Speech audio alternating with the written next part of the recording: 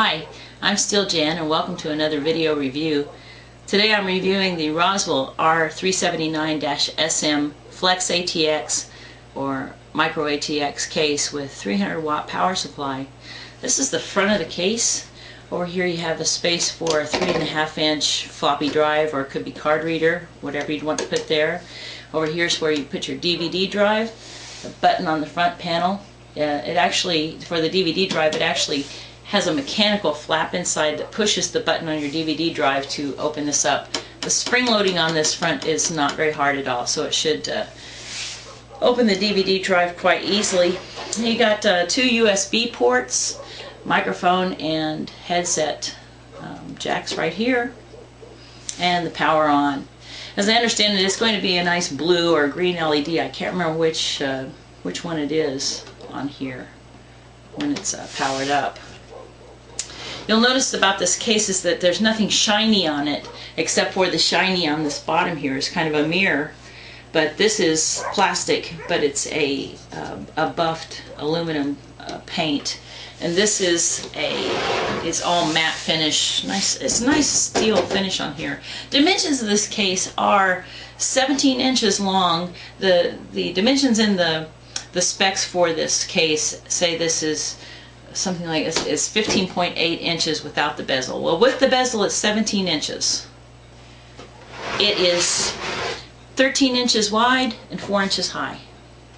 It can be used as a desktop case like this for an htpc, which is what I'm building, or you can have it comes with a set of stands so that you can stand it up to have a case like this. It also comes with these little rubber feet, so that if you want to have a desktop case, you cut these rubber feet out and put them on the bottom so that it can be a desktop case like this. To open it up, there's just one thumb screw in the back. Then, using your persuader, slide it back to unlatch it, lift it off. The air ventilation on the case looks pretty good. It looks fairly good to me. My only concern is that I'm using a Gigabyte motherboard with a 780G North Bridge, and the North Bridge is going to sit right about in here in this dead space where there are no holes. There's a set of vents here that are over the top of the card slots, and these holes here are over the basic elements of the motherboard, like the CPU. But the South Bridge is going to be down in here, the North Bridge is going to be up in here, and I'm going to have to probably put a fan in here to blow on that to make sure that I cool that down. My motherboard's 780G chip is going to have just the heat sink on it, and no fan, so I'll probably have to add a fan. But overall it looks like pretty good cooling on the top of the case. Inside the case, let's look at the power supply connectors. Now this power supply again is a 300 watt micro-ATX or Flex ATX power supply.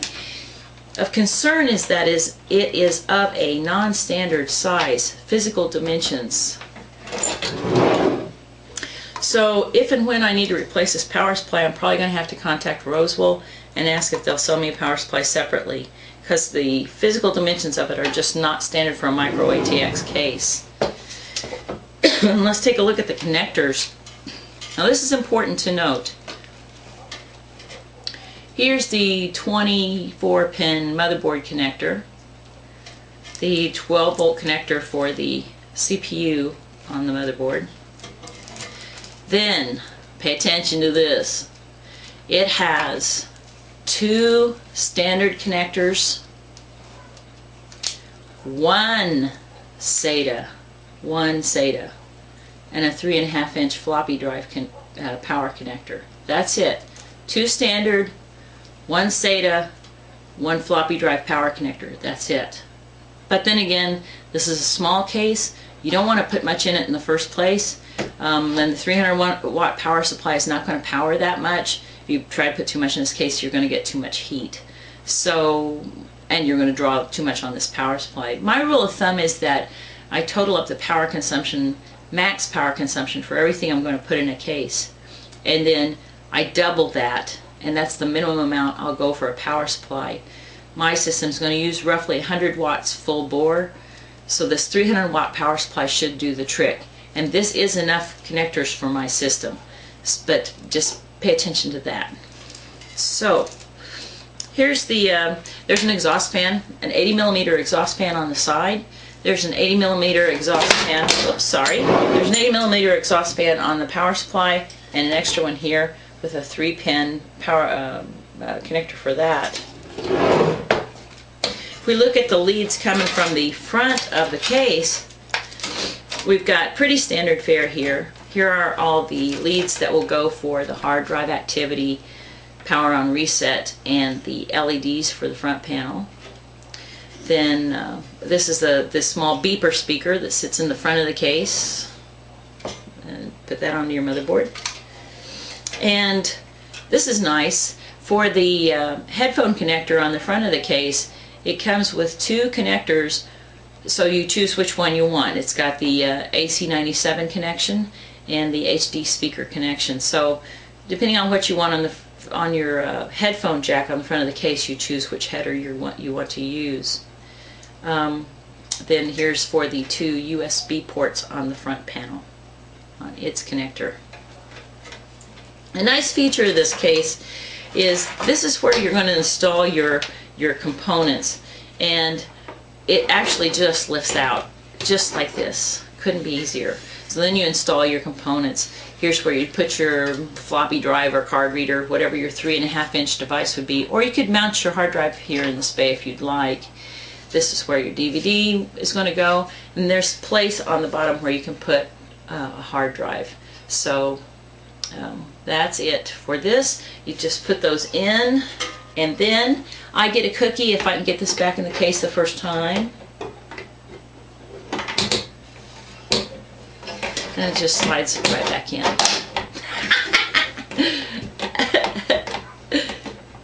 I tell you what, I can do when I'm doing these video reviews. I don't know, I don't get nervous or anything, but trying to get things in and out of a case on camera for me is just darn hard, you know.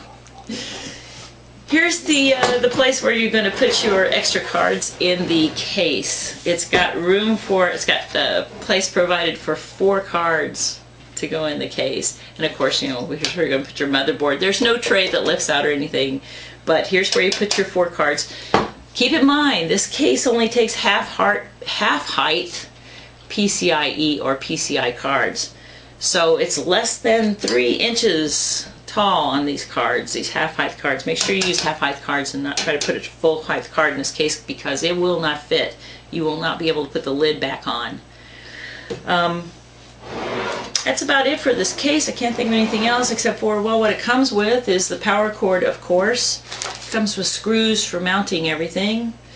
The rubber feet I already told you about, the standoffs if you want to have it to be an upright case, and the little lock mechanism if you want to padlock or computer lock this case from the back. And that's it. Overall, I think this case looks like a tremendous buy. I'm anxious to get my htpc built and see how it works. And thanks for watching another video review by steeljan. Thanks for watching, and I always buy my stuff at Newegg. It's got the great prices, great shipping, great support. Can't beat them. Thanks for watching.